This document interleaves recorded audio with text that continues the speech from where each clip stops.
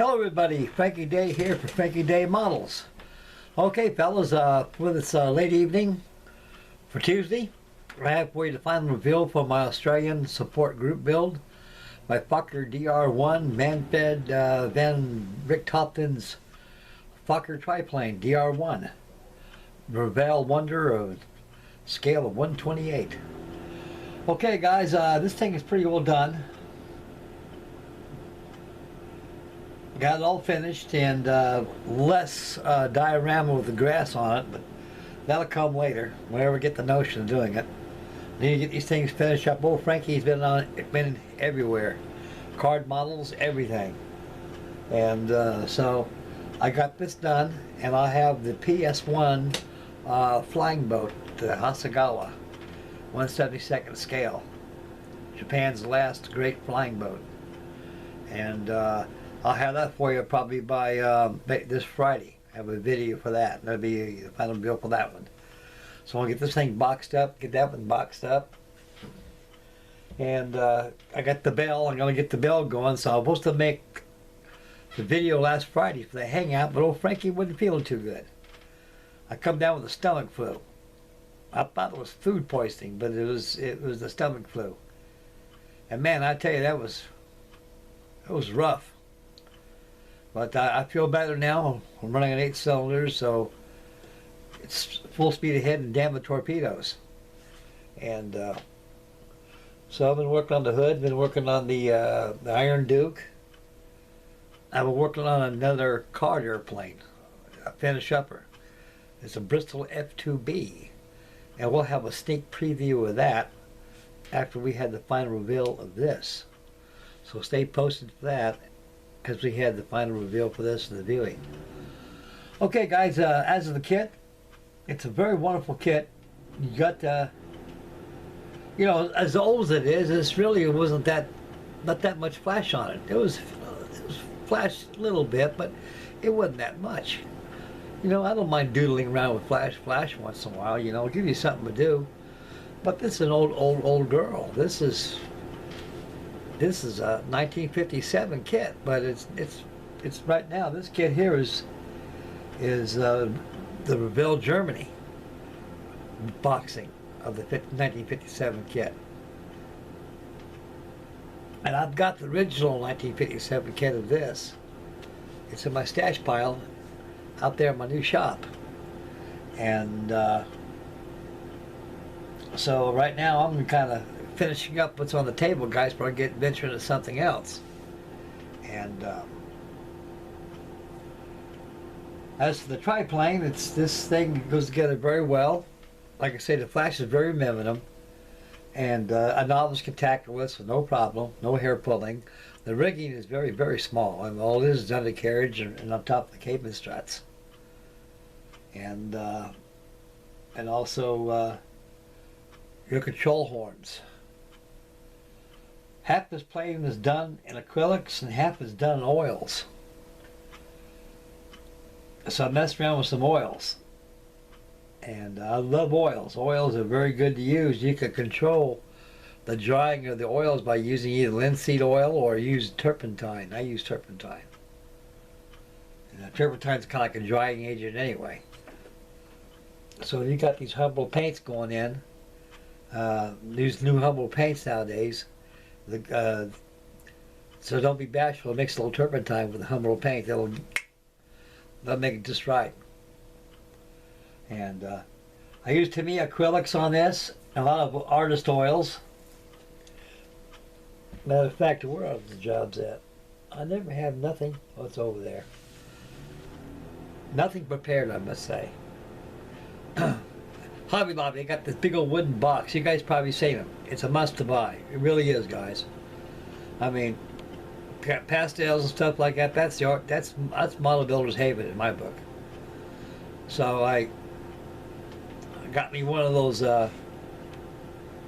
oil kits that come in a big old wooden box. And they get all kinds of colors in there.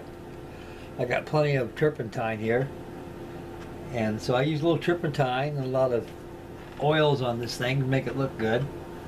I don't like it a really brilliant red like people don't really see it. I like the The Fokker red color is almost like a blood color. It's like a red, like a real deep dark red, like red that's probably with a hint of black in it. And you can control the hues of the reds, red by using different hues of red itself or more black. Okay, the man Van Richthoften and his two pusher boys over there behind him is ready to show off this masterpiece flying circus DR1. There he's sitting up there in the background there. We'll zoom in a little bit closer here and we'll see how much. There it is right there, fellas. The propellers are done with oils. Burnt sienna. First of all, I airbrushed the thing with the prop first with Vallejo Texas Yellow. Let it dry. When it's dry to touch, I gave it a shot of gloss paint. With that gloss paint right there, I went ahead and let it dry. When the gloss was dry, I applied some burnt sienna in it and some umber and kind of feathered it in. It gives it the wood grain. You can see the blending of the wood.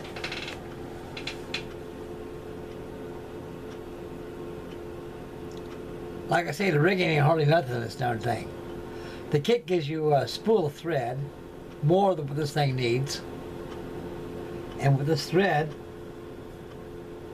I discarded the thread and used floral wire.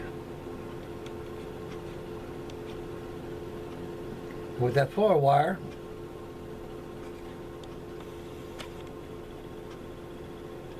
I stretched it out end to end with pliers, painted it aluminum, sealed with varnish, attached to the airplane.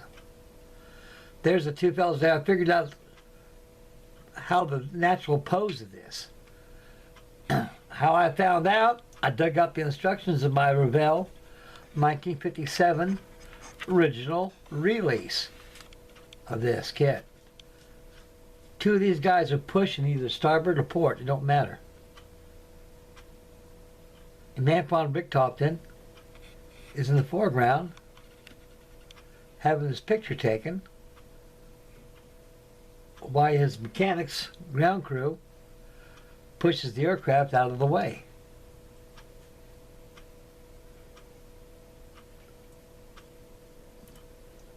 First of all, when you apply your red, do it very gingerly. I appreciate this thing, everything with black. And with the black color,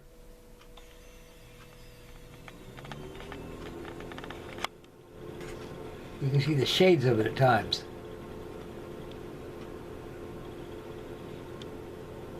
There's Richthoften right there. Took a lot of time for me to paint those darn figures, guys. I mean, I'm not very much of a figure painter, but I'm learning. I'm learning. Even a little goat like me learns. Still learns. Like my pop used to tell me, the day you stop learning is the day you stop living.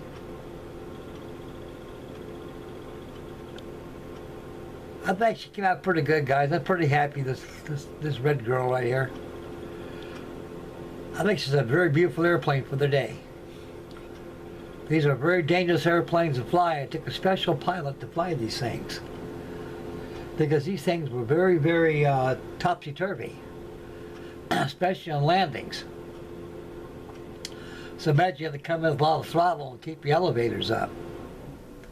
See, that's the natural pose, guys, how this thing is done. Because I was wondering, well, I thought they were going to wings, you know, setting the wing. Got two guys on, one guy on each wingtip pushing the plane out. But virtually, I said, well, it don't fit. The wing, their hands don't even touch the trailing edge of the wing. So I know the solution to the problem is I got to dig out that old kit I got, and I dug it out and took out the instructions, looked at it. And this is the pose that it shows. And it fits. You can see how their hands are.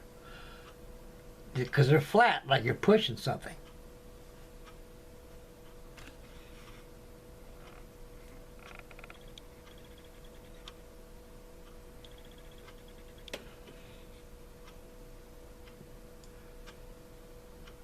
I got the guns in place right there. Had to do some interior cleanup, detail, and painting in there before I installed them. Kit's guns are, that's but the bad thing about it is the the guns.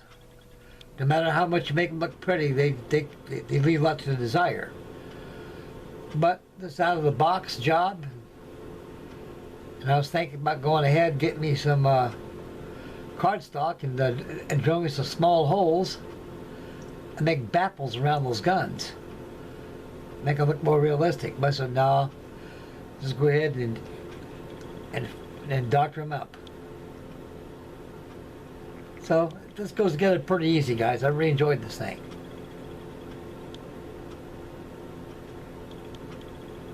It's a nice airplane. Goes together very well. It makes an excellent collection for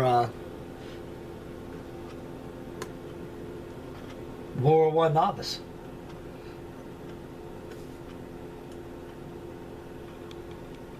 I should say World War I connoisseur. They don't make too much sense, right? Okay, guys, here's the other one I'm petering with. This is a paper model. This is my Bristol fighter. Out of paper.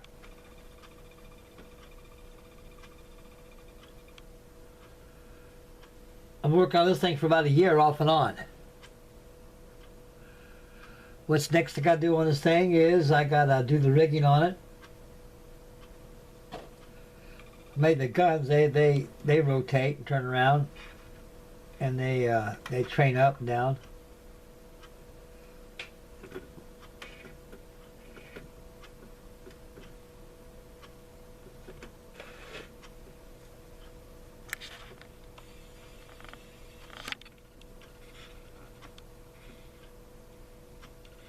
I can put the props on. I gotta finish my control horns on there. And I got an altimeter that fits on the front leading edge of the undercarriage. Has a propeller on there that turns. And I believe there's a light that fits right up over in here. And the rigging that she's done. This aircraft here portrays a polar squadron of 1921. These Bristfits or Bristol fighters were very, very heavy aircraft. They can carry bombs, rockets, but they got themselves in some trouble. The only thing they had was the Lewis gun in front, and also they had the Observer, his gun.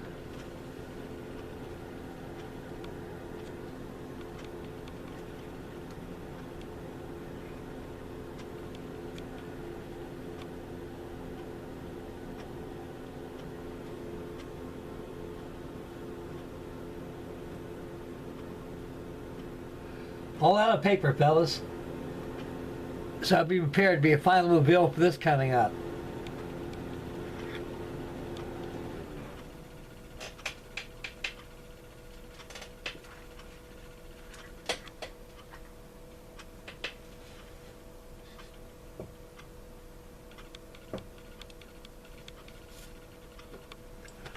Okay, guys, that'd be the conclusion of video 4 for my Australian support group build, and I may do another of my group build, and we'll bring the cam back to yours truly and finish up the video.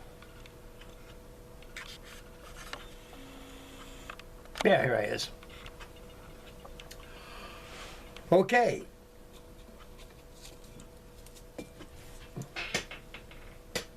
Next video is going to be this Friday. No, wait a second. Yeah, it'll be this Friday on my PS1 flying boat. So I got that out of the way. And by Saturday, I should have the final reveal for the DH1. No, it'll be Thursday. It'll be Thursday. So I got this one knocked out, and Friday I'll have the PS1 knocked out. That's Thursday I'll have. Well, I get kind of tired a little bit, guys. Yeah, it'll be Thursday. I'll have. I have this finished tomorrow. The F2B here. Either it'll be Thursday or it'll be Saturday, or anywhere. It'll be 3 knocked out this week. And it depends on my work schedule, how things go. I got music to play and everything. And so tomorrow gives me a good, I can finish up my PS1 up tomorrow, and have probably a video of that maybe by this Thursday. And hop on the F2B. And that's the Iron Duke, my card models. I'm going to keep them in dry dock a little bit. And I'm going to try to see what else I got over there. I got started. I got to get finished up. And Memphis Belle, I'll start appreciating live on a Hangout this Friday. So stay posted for that. And Liberator, I'm going to keep in the hangar for a while. And I'm going to have a notion about getting back on that B-25, the Hong Kong models, 132nd scale Mitchell. I think I can get on that one. We'll see how things pan out. Or I may jump on a little model ship, plastic ship model or something. Anyway, I may surprise you guys, even myself. Okay, guys, this is about all that's going on for this evening. And I'll probably post some pictures of this on Facebook, on my vintage modeling page. And also on Facebook and the Airfix Modeling Club and the rest of them. I'll get them all out of the way too there.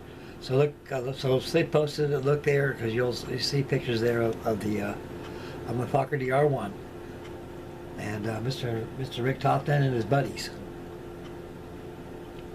Okay, guys, that's about all I can think of right now. So stay posted for this Thursday. We have a final reveal with a PS1. And before I sign off, you guys make Mama happy. Take care of your affairs. Drive, focus, spend wisely, and